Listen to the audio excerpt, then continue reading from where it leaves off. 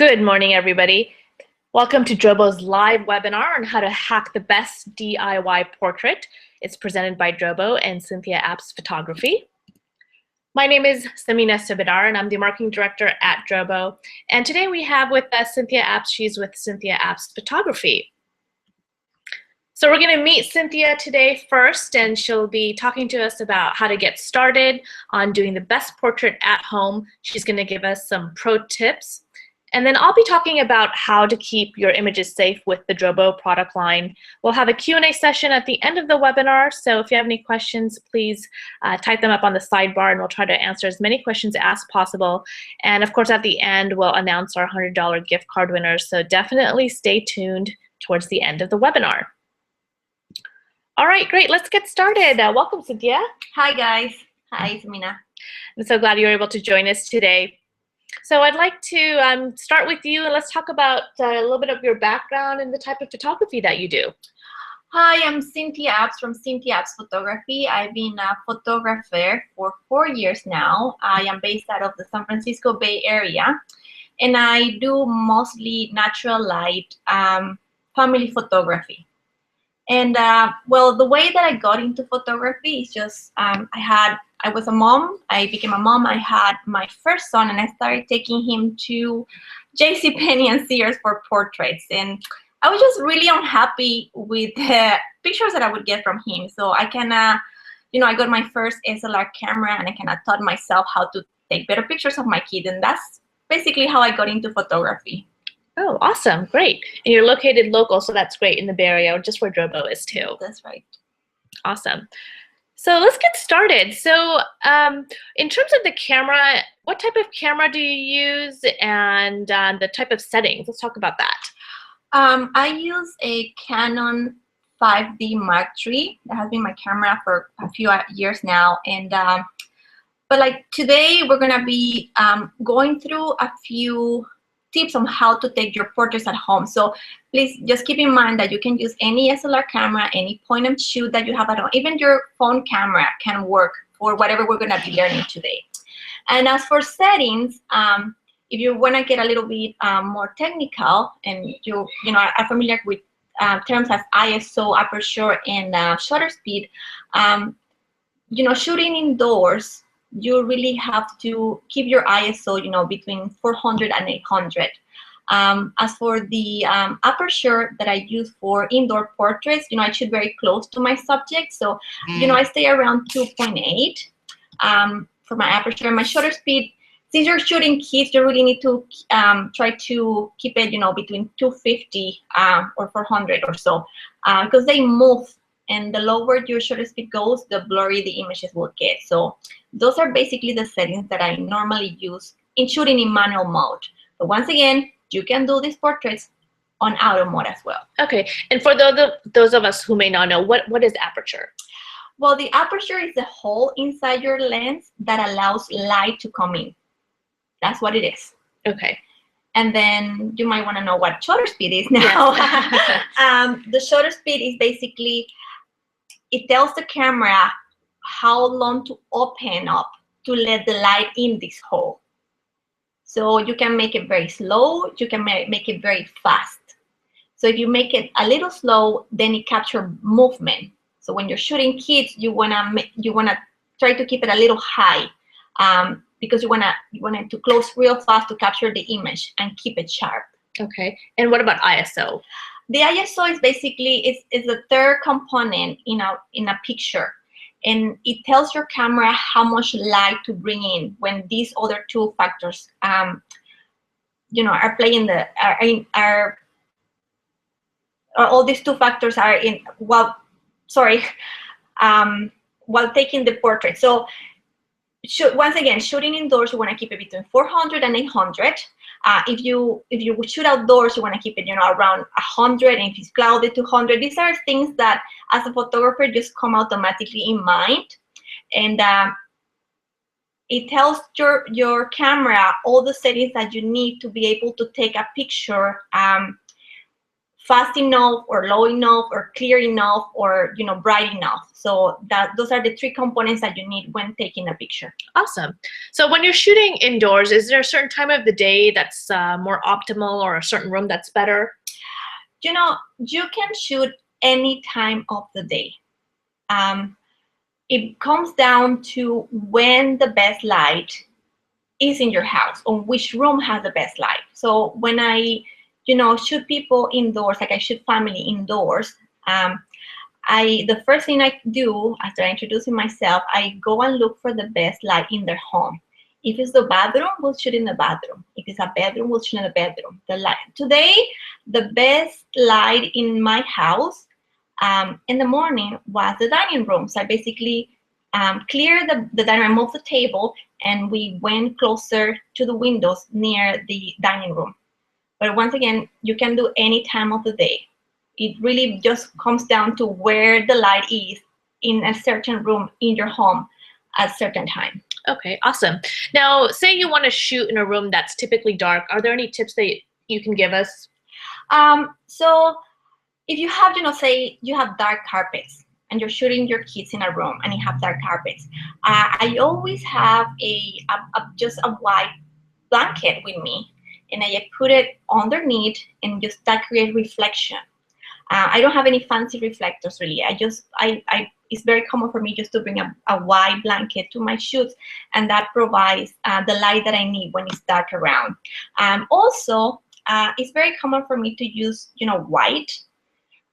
So it's very important that when you're shooting somebody else, so say you're shooting your kids indoor and you have a really bright red sweater or something, the light reflecting off you from your clothes into your kids' faces, it can make the picture become a little pink. So always try to wear something bright. It really does help when taking pictures. That's a great tip, because sometimes when you take pictures, you typically don't think about what you're wearing. You're always thinking about the subject. So that's Right. a really great tip. Now, what about the subjects? Let's get to the subjects. What should they wear? Well, once again, it's all about light. We're not using any flash or any fancy lighting equipment. So you want to use all the resources you can to make the best portrait and bring out the best light. So when it comes down to what to wear, just keep it bright. Stay away from, really dark colors. That really does help. And I would also stay away from big logos. You don't want like a big Gap logo in front of your kid's sweater and a portrait that you're sending on a Christmas card. So just stay away from big logos. Okay. Now, this is tricky. When you're shooting kids, it can be very unpredictable. What do you typically do in that situation?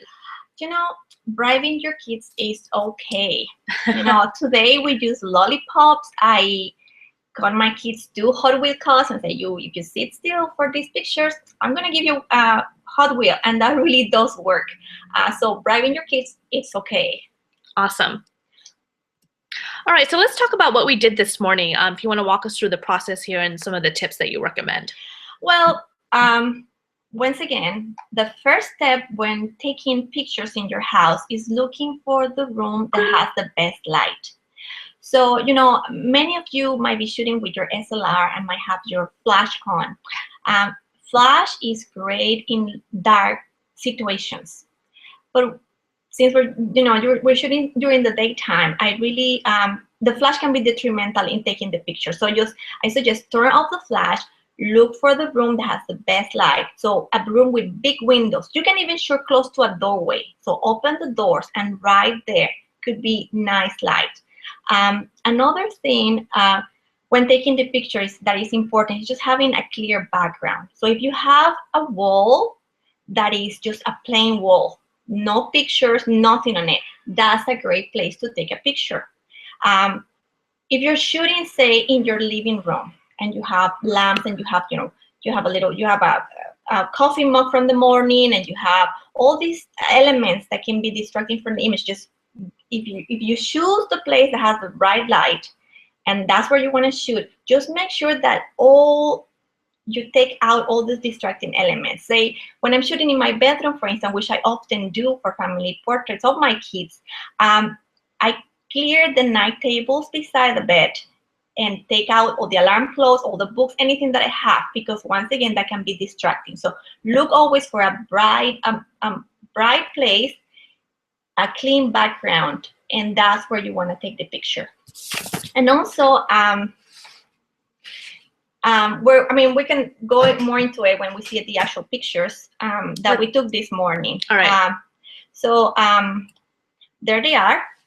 Those were taken in my house, in my dining room this morning. As you can see, something that is really important to me as a photographer, and I think in any pictures that I see of other people, is that there's connection. So I really try for my subjects to, hug. So I told Samina, hug your daughter. And I tell my kids, tickle your brother, tell him a secret, come close to their ears. That creates, it just changes the portrait immediately. So I know I see many, I have lots of my friends, send me Christmas cards, and I can see them taking their own pictures, and they just have their heads, they're stiff, and their heads are just sticking apart from each other. Just have everybody in a picture just come very close in their heads together. It just changes immediately your portrait, because it creates a connection, it creates an emotion in your picture. So that really does help. Have your kids hug each other. If you're shooting your husband, just have your husband and your kids kiss each other. And it doesn't have to be, everybody smiling at the camera. It can be a nice picture if there's a connection or an emotion in the picture. And it does bring out the best in your portraits. Okay, awesome. So let's move on. Thank you so much.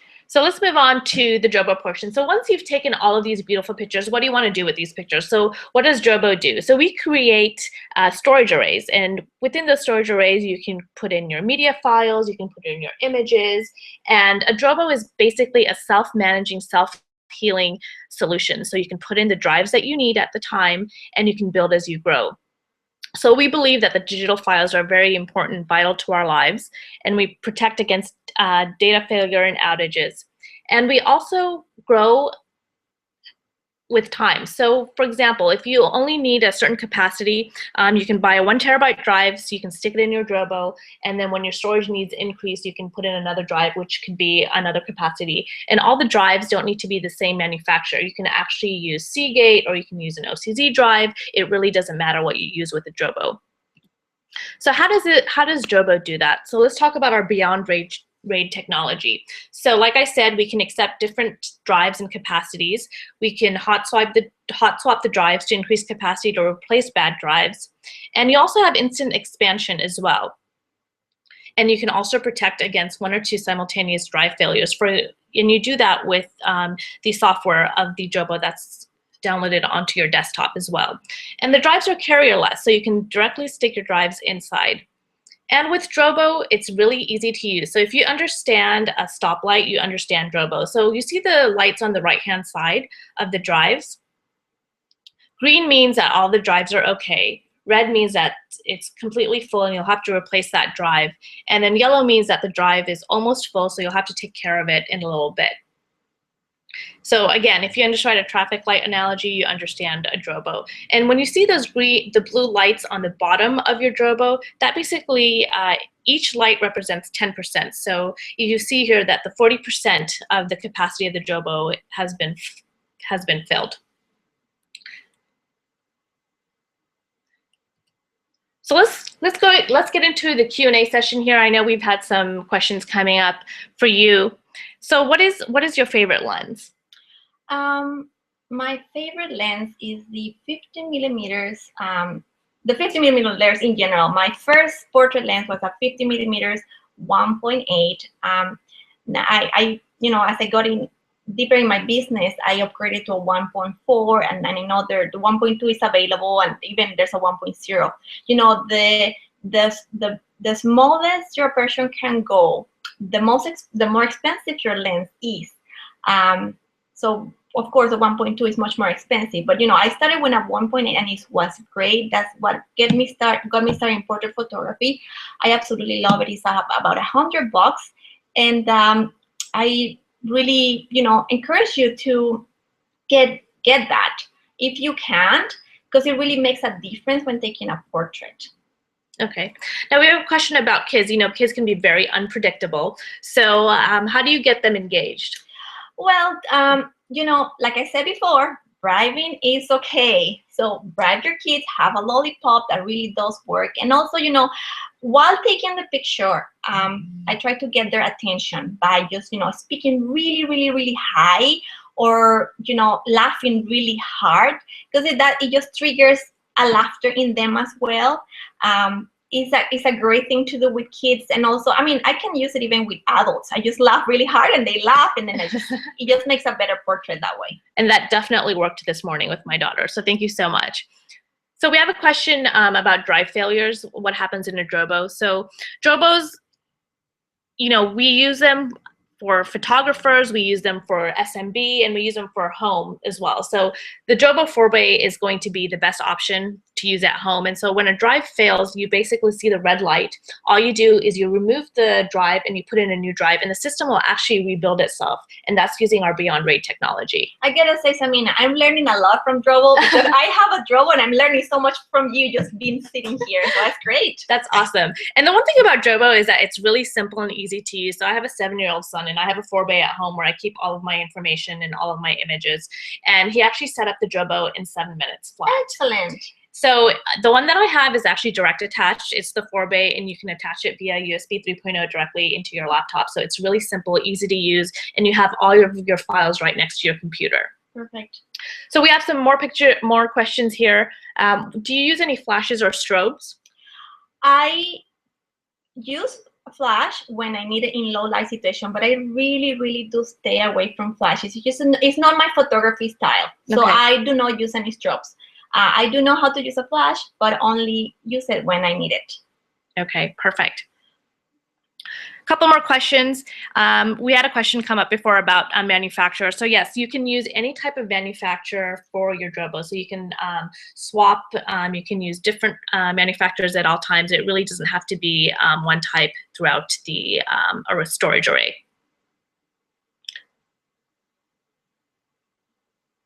And I think this came up before. Do you have a camera that you use specifically?